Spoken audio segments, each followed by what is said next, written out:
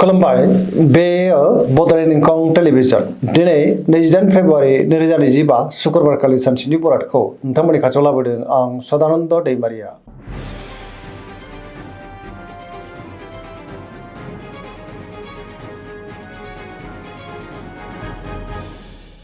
सिगां फरायनो लादों मेष राशि गिबि हांखो अ ल दिनैनि साना जोबोर मोजां जेरावबो जाफुंसारगोन सुथुरखौ दिनै गोरलैयैनो फेजेननोबो हागोन बहाबा दावबायनो एबा हान्थिनो खाबु मोननो हागौ आरो मोजाङैनो हान्थिनोबो हागोन मावनो लानाय खामानिफ्रा दिनै गोरलैयैनो मावफुंजानोबो हागौ गोसोखौ दिनै जोबोर गोजोननाय मोनगोन देहायाबो दिनै मोजाङैनो थागोन बहानिफ्रायबा हरखाबै मोजां खौरांबो मोननो हागौ रांखावरियाव दिनै जोबोर मोजां होनजायो गोबां धोन आरजिनोबो हागोन आरो आयाबो बांनो हागौ बेफार फालांगियाव जोबोर मोजां मुलाम्फा मोननोबो हागोन गुबुनजों दिनै मोजां सोमोन्दो लाखिनोबो रोंगोन न'खराव अननानै फैगोन बिदा फंबायजों मोजां सोमोन्दो थागोन गोसोनि साननायफ्रा दिनै मोगथाङाव जाफुंनोबो हागौ गुबुननि गोसोखौ गोरलैयैनो बोनोबो हागोन गोसोआव बोलो बांगोन सेंग्रा सिख्लाफ्रा दिनै जोबोर खुसि जागोन गावबा गावनि गोसोनि साननायफोरखौ फोरमायलायनोबो हागोन आरो पजिटिभ एनार्जिनि गोहोम गोग्लैगोन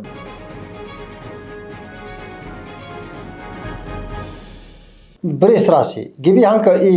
उ ब दिनैनि साना मोजां आरो गाज्रि गेजेरजोंनो बाबेनलांनो हागौ गोसोआव गोनो गोथो साननायबो फैनो हागौ गावनि गोसोनि साननायखौ दिनै गुबुननो फोरमायनो गोब्राब जागोन मावनो हानाय खामानिखौ मावफुंनो हागोन अब्लाबो नाथाय माबा नङा मोनसे गोरोन्थिबो मावफ्लांनो हागौ समाजाव मान मोनगोन रांखावरियाव बारा मोजां नङा नाङा फाङा खरसाया बांनोबो हागौ बेफार फालांगियावबो दिनै बारा मोजां नङा होनजायो न'खराव बिसि फिसायनि गेजेराव एना एनिबो फैनो हागौ बिदा फंबायजों गोरोबलायनो गोब्राब जागोन देहाया दिनै मोजाङैनो थागोन अब्लाबो नाथाय जानाय लोंनायाव सांग्रां जानांगोन रांखावरियाव बारा मोजां नङा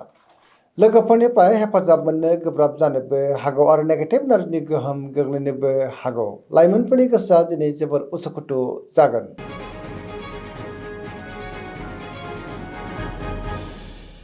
मिथुन राशि गिबि हांखो क स दिनैनि साना मोजां आरो गाज्रि गेजेरजोंनो बाबेनलांनो हागौ गोसोआव गोनो गोथो साननायबो फैनो हागौ गुबुननि थाखाय दिनै नाङा फाङा जेंनायाव गोग्लैनांनोबो हागौ गावनि गोसोनि साननायफोरखौ दिनै गुबुननो फोरमायनो गोब्राब जागोन माबा नङा मोनसे जेंनाजों मोगा मोगि जानांनोबो हागौ देहाया दिनै बारा मोजां थानाय नङा गोबां रोखोमनि देहायारि जेंनाजों मोगा मोगि जानांनोबो हागौ रांखावरियाव दिनै बारा मोजां नङा होनजायो बेफार फालांगियावबो बारा मोजां नङा न'खराव अननानै फैगोन समाजाव मान मोनगोन अब्लाबो नाथाय गोसोनि बोलोआ लोरबां जागोन गोसोआव गोनो गोथो साननाय फैगोन नेगेटिभ एनार्जिनि गोहोम गोग्लैनोबो हागौ सोरबा लोगोनिफ्राय हेफाजाब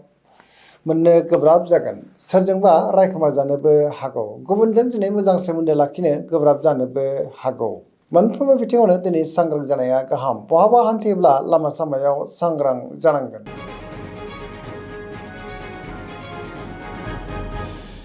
कर्कट राशि गिबि हांखो ड ह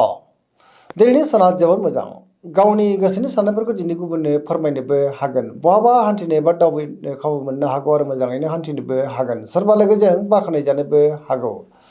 गोसोआव दिनै पजिटिभ साननाय फैगोन मावनो हानाय खामानिफोरखौ गोरलैयैनो मावफुंलांनोबो हागोन लोगोफोरनिफ्राय थोजासे हेफाजाब मोननो हागौ बिमा बिफानि अननाय आबोरखौ दिनै मोननो हागोन समाजावबो मान बांगोन देहाया दिनै मोजाङैनो थागोन न'खराव बिदा फंबायनि हेफाजाबखौ मोननो हागौ सोरबा लोगोजों बाख्नाय जानोबो हागौ गोबां मुंदांखा सुबुंजों बहाबा लोगो मोनज्लायनोबो हागौ आरो पजिटिभ एनार्जिनि गोहोम गोग्लैगोन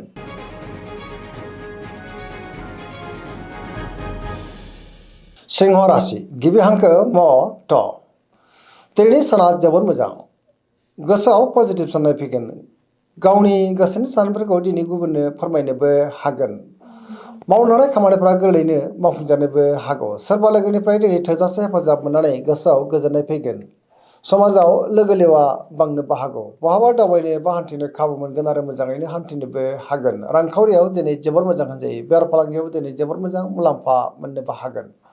न'खराव बिसि फिसायनि गेजेराव अननानै फैगोन समाजावबो मान मोननो हागोन गुबुननि गोसोखौ दिनै गोरलैयैनो बोनोबो हागोन आरो देहाया मोजाङैनो थागोन गुबुननि थाखाय दिनै गोबां मोजां खामानि मावनानै होनोबो हागोन लाइमोनफ्रा जोबोर रमान्टिक जागोन आरो गावबा गावनि गोसोनि साननायफोरखौ दिनै फोरमायलायनोबो हागोन फरायसाफ्राबो दिनै फरायनायाव गोसो दुंखांगोन आरो मोजां फिथाइ मोननोबो हागोन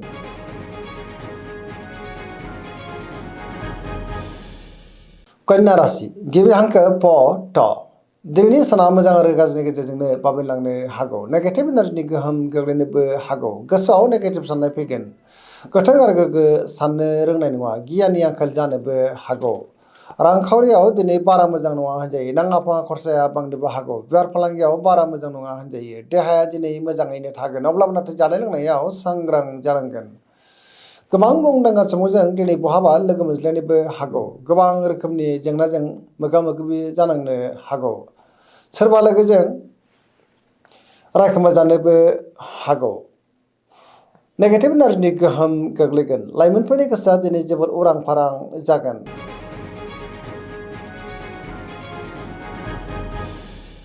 तुला राशि गिबि हांखो र ट दिनैनि साना जोबोर मोजां गोसोनि साननायफोरखौ दिनै गुबुननो फोरमायनोबो हागोन गोसोआव गोथों आरो गोग्गो साननाय फैगोन गोबां रोखोमनि जेंनाखौ दिनै गोरलैयैनो सुस्रांनो हागोन गियाननि आंखाल जानाय नङा गोसोनि साननायफ्रा दिनै मोगथाङाव जाफुंनोबो हागौ मावनो लानाय खामानिखौ गोरलैयैनो मावफुंनो हागोन देहाया दिनै मोजाङैनो थागोन न'खराव बिसि फिसायनि गेजेराव अनलायनाय फैगोन समाजाव मान मोननो हागोन बेफार फालांगियाव दिनै जोबोर मोजां मुलाम्फा मोननोबो हागोन लोगोफोरनिफ्राय थोजासे हेफाजाबबो मोननो हागौ गोदान थांखि लानो रोंगोन सेंग्रा सिख्लाफोरनि गोसोआ दिनै जोबोर रमान्टिक जागोन आरो गावबा गावनि गोसोनि साननायफोरखौ दिनै फोरमायलायनोबो हागोन पजिटिभ एनार्जिनि गोहोम गोग्लैगोन धोरोमारि बिथिङावबो गोसो दुंखांनो हागौ सरासनस्रायै दिनै साना जोबोर मोजां आरो मोजाङैनो बारग'लांगोन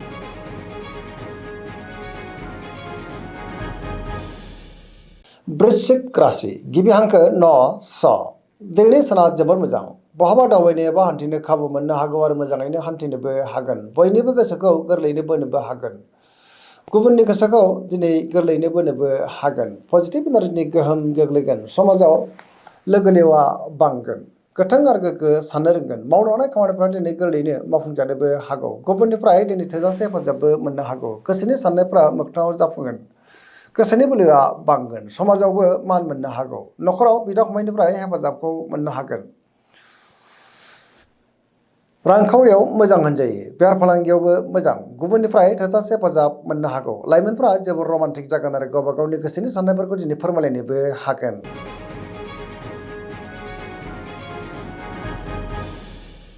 धनु राशि गिबि हांखो ढ फ भ दिनैनि साना मोजां आरो गाज्रिनि गेजेरजोंनो बाबेनलांनो हागौ गोसोआव गोनो गोथो साननायबो फैनो हागौ गावनि गोसोनि साननायफोरखौ दिनै गुबुननो फोरमायनो गोब्राब जागोन मावनो लानाय खामानिफ्रा गोरलैयैनो मावफुंजानो हागौ अब्लाबो नाथाय माबा नङा मोनसे गोरोन्थिबो जालांनो हागौ गोसोनि साननायफ्रा दिनै देबारनांगोन रांखावरियाव मोजां बेफार फालांगियावबो दिनै जोबोर मोजां मुलाम्फा मोननोबो हागोन बहाबा दावबायनो एबा हान्थिनो खाबु मोननो हागौ आरो मोजाङैनो हान्थिनोबो हागोन देहाया दिनै मोजाङैनो थागोन न'खराव अनलायनाय फैगोन बहानिफ्रायबा हरखाबै मोजां खौरांबो फैनो हागौ अब्लाबो नाथाय नेगेटिभ एनार्जिनि गोहोमबो गोग्लैनो हागौ लाइमोनफोरनि गोसोआ दिनै जोबोर रमान्टिक जागोन गावबा गावनि गोसोनि साननायफोरखौ दिनै फोरमायलायनोबो हागोन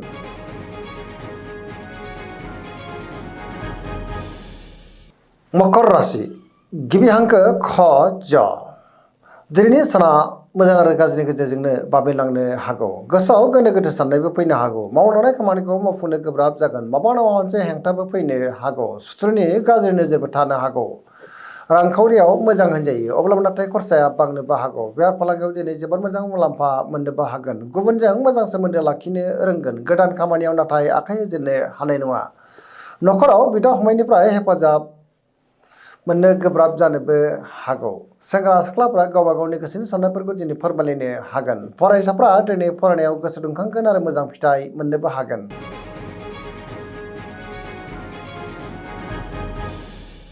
कुम्भ राशि गिबि हांखो ग स दिनैनि साना जोबोर मोजां गोबां मोजां खाबुबो दिनै मोननो हागौ गोथों आरो गोग्गो साननो रोंगोन गियाननि आंखाल जानाय नङा मावनो लानाय खामानिखौ थि समावनो आरो गोरलैयैनो मावफुंनो हानानै गोसोआव गोजोननाय फैगोन बहाबा दावबायनो एबा हान्थिनो खाबु मोननो हागौ आरो मोजाङैनो हान्थिनोबो हागोन समाजाव मान मोनगोन गोबां मुंदांखा सुबुंजों दिनै लोगो मोनज्लायनोबो हागौ रांखावरियाव मोजां अब्लाबो नाथाय खरसाया बांनोबो हागौ बेफार फालांगियाव मोजां होनजायो गोबां रोखोमनि जेंनाखौ दिनै गोरलैयैनो सुस्रांनो हागोन न'खराव बिदा फंबायनिफ्राय हेफाजाबखौ मोननो हागोन गुबुननिफ्राय थोजासे हेफाजाबबो मोननो हागौ बहाबा दावबायनो एबा हान्थिनो खाबु मोनगोन आरो मोजाङैनो हान्थिनोबो हागोन पजिटिभ एनार्जिनि गोहोम गोग्लैगोन